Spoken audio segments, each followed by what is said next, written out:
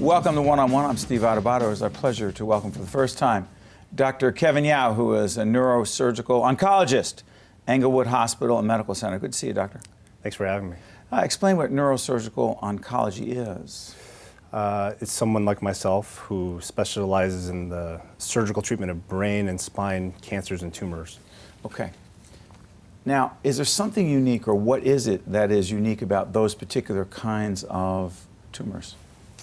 Well, they're tumors that involve the brain and spine, and so typically I treat patients who either have cancers or tumors that start in the brain or spine, or even more commonly, I see and treat patients who have cancers that start somewhere else in the body, and then secondarily, these tumors and cancers can make their way to the brain and spine, and then we try to help patients who have symptoms from those. You know, I've got to imagine that treatment, that the way you treat these particular cancers has evolved dramatically over the years as the technology and research has expanded, grown. It has, yes.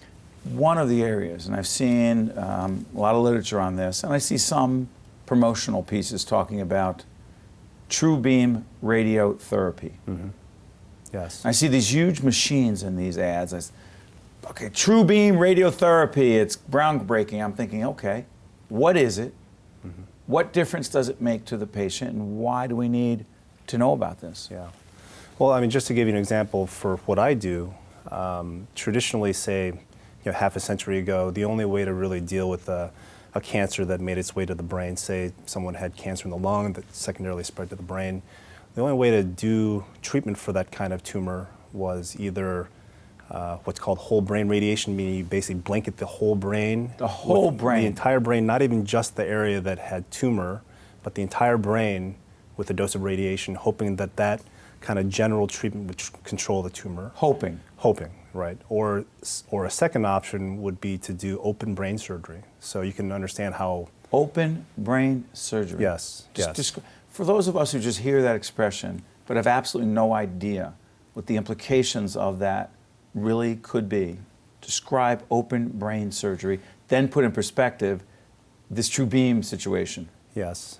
Well, the technique of open brain surgery, or specifically the way we describe it is a craniotomy, meaning actually opening up the skull and then delving into the brain to take out a tumor in the brain.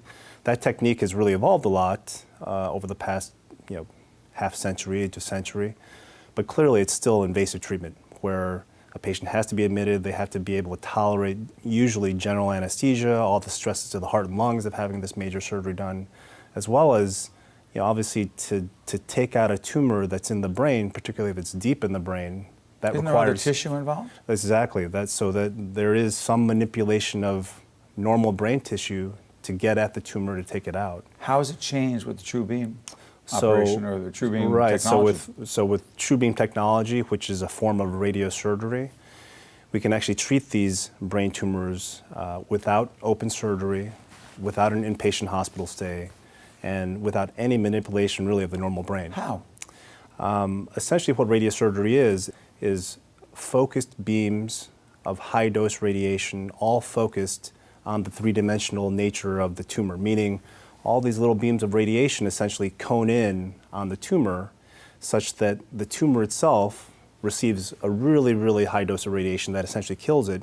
But where all those separate beams sort of go through, all the normal brain tissue essentially receive minimal to no radiation.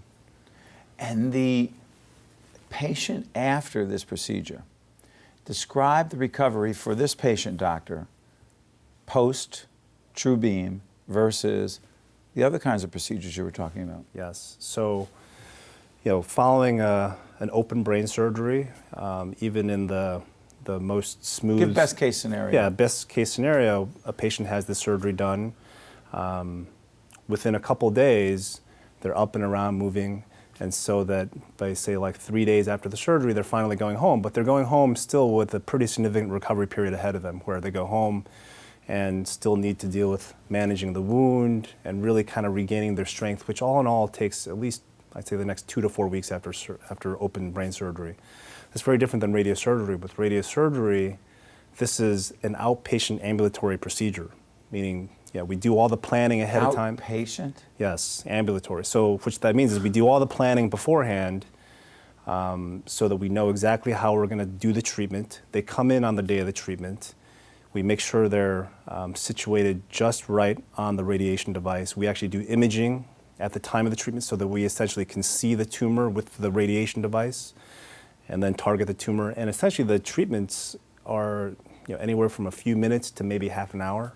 And then they essentially have, the treatment itself on that day really has no effects at all, and they go home. No effects? Yeah. Yeah. So they go home and what? And then they basically resume their normal life.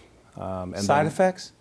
What side effects there are side effects of the tumor essentially reacting to the radiation. So occasionally the tumor might swell a little bit and that sort of thing, but generally patients do very, very well from this with no effects at all. Doctor, what are the implications long term of what we're talking about?